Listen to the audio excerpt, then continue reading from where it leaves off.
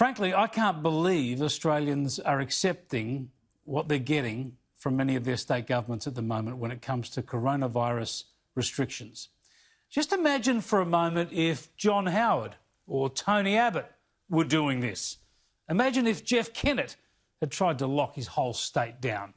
They'd never have done it, of course, but if they'd tried, people would have revolted. The unions, the media, the human rights bodies would have been outraged and mobilised. Now, they're all complicit. We have never had so many laws, rules, restrictions and inconveniences placed upon us in peacetime, yet people meekly accept it because they're encouraged to be scared of the zombie virus. This must be the triumph of the nanny state, the risk managers, the health bureaucrats, all those people who want a sugar tax and bans on alcohol and all the rest of it, all those who want to eliminate all health risks. Well, they are having their time for now, until people wake up.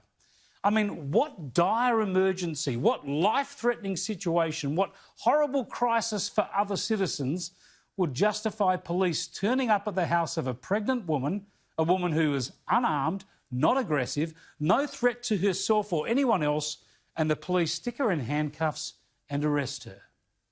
What on earth?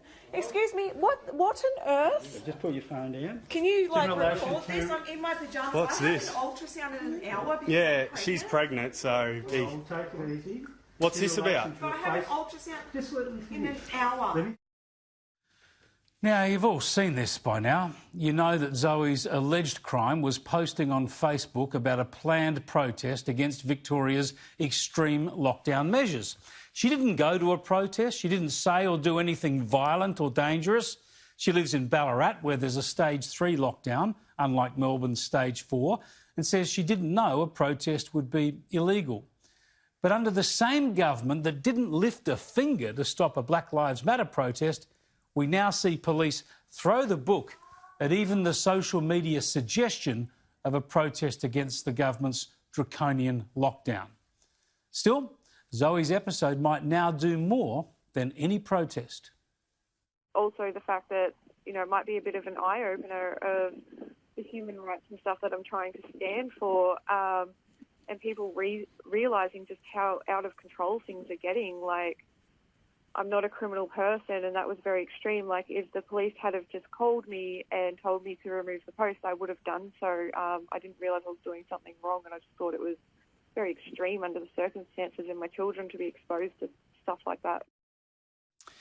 And what about her premier? What about Daniel Andrews, the bloke who's stuffed every stage of this coronavirus challenge? He's a socialist left premier, so you'd think he'd be concerned about human rights, about personal liberty and about heavy-handed policing of government edicts. Not so much. She posted something on Facebook. Allegedly, she was planning a peaceful protest. Do you think it was a fair arrest? Well, what I'd say to you is I've not seen the vision. I don't know what, I'm not sure any of us know what she was attempting to incite allegedly. What I can say, though, is Victoria Police will be out, I think, a bit around noon, if not a bit earlier, and they'll be able to speak to all of those matters. Is there a new policy on approaching potential protesters in this way?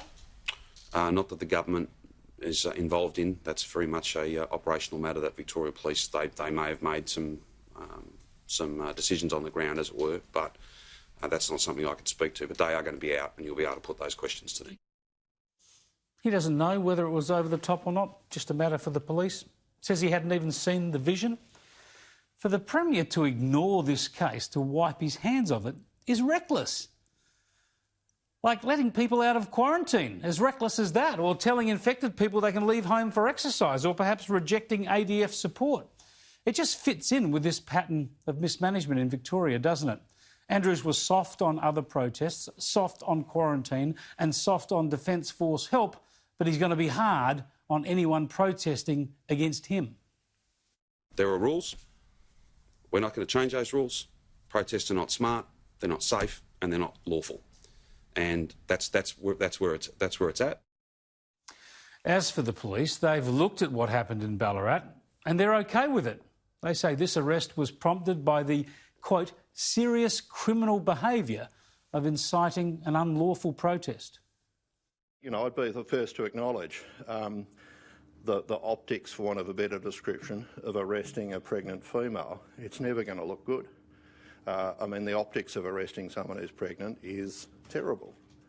And so, of course, we were very keen to understand the circumstances and consider whether or not in all the circumstances that action was appropriate. And I can say to you, based on the briefings that have been provided to me and my colleague, Assistant Commissioner Cindy Millen, we're absolutely satisfied that in those circumstances the members behaved appropriately and in accordance with our policy. Really? Well, then you might want to look at your policies again, because this was over the top. The response by police is out of all proportion to the scale of the threat and the severity of the alleged offence. But then that's Andrew's Victoria right now, isn't it? The actions of the government, the power of the state, the intrusion of the law is way out of proportion to the scale of the threat and the scope of the health challenge. And you can hear that even in the language used by the police. So the point really that I want to make is that while this deadly virus doesn't discriminate, we won't discriminate, and we can't discriminate in holding people to account. I'd also make this observation. We take offenders and suspects as we find them. This deadly virus doesn't discriminate. You see the problem here? These people are exaggerating and misleading. This virus is not deadly to 99% of people infected. In fact, half of the people infected might never know they have it. And it does discriminate. The virus discriminates in favour of the young and healthy. As we've heard from the experts, the mortality rate for children and young adults is effectively zero. It discriminates against the elderly and the sick. It's the very old and the very sick who are most at risk. In fact, they are the only ones who are really at high risk. So they're the people we need to protect. They're the people who we need to focus on.